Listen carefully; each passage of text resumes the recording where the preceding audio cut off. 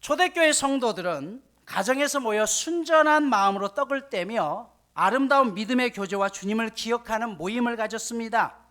그렇다면 그것이 무엇을 기념하는 것이에요? 십자가에서 죽으시고 부활하신 예수 그리스도를 기념하는 것이죠.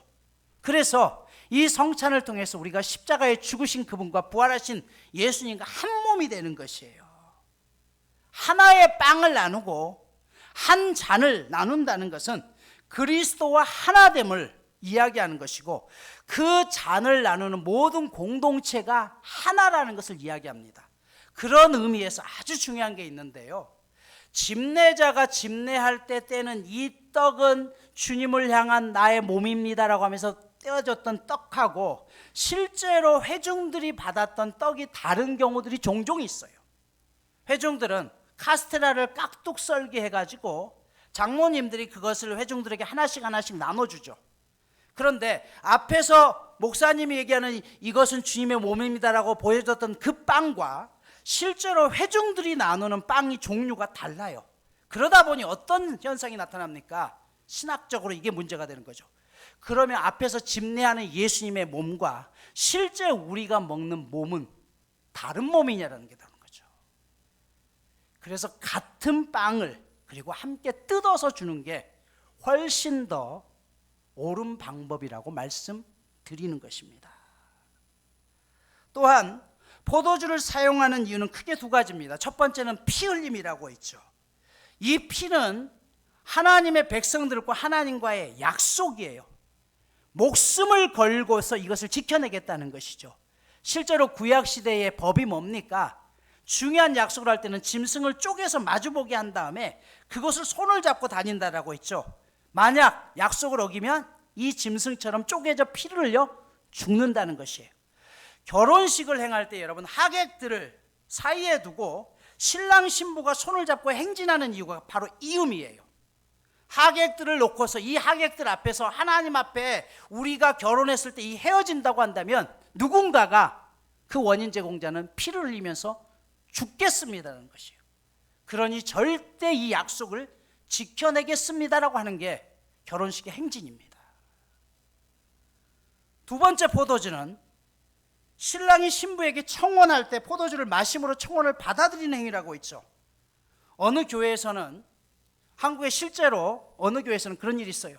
이 성만찬이 하나의 만찬이기 때문에 뭐라고요? 실제로 우리가 먹는 떡과 우리가 먹는 음료해야 된다.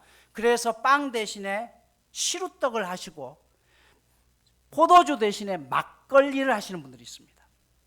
그 교회가 있어요.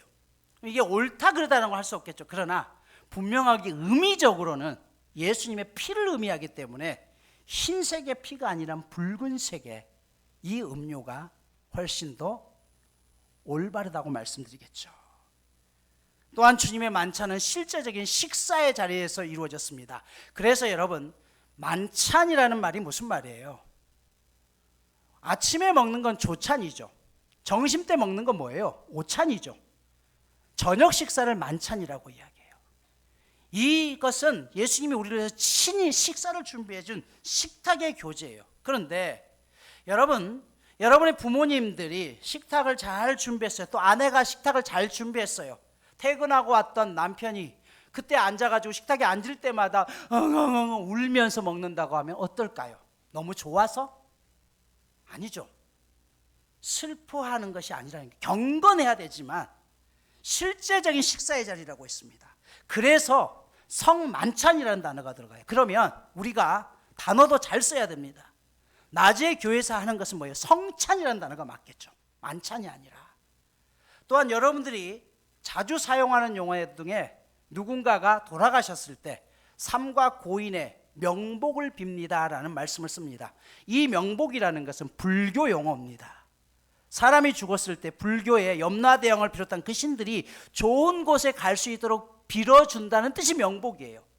그럼 크리스찬들은 어떻게 해요? 삶과 조의를 표합니다. 아니면 하나님의 위로하심이 있기를 원합니다. 이렇게 써주시면 되는데, 많은 사람들이 지금도 명복을 빕니다라고 이야기해요.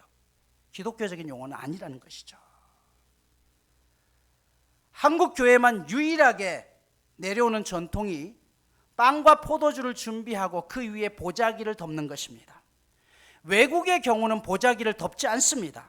보자기를 덮는다는 것은 죽었다는 것이에요. 장례식장에서 사용하는 것입니다. 성찬의 초점이 고난이 아니라 부활이기 때문에 외국의 어느 교회들도 보자기를 덮지 않습니다.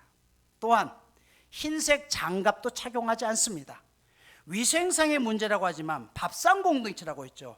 여러분들이 식사에 앉아서 조금 이따 점심을 드실 때 흰색 장갑을 끼고서 젓가락과 숟가락을 두고 식사는 하진 않습니다.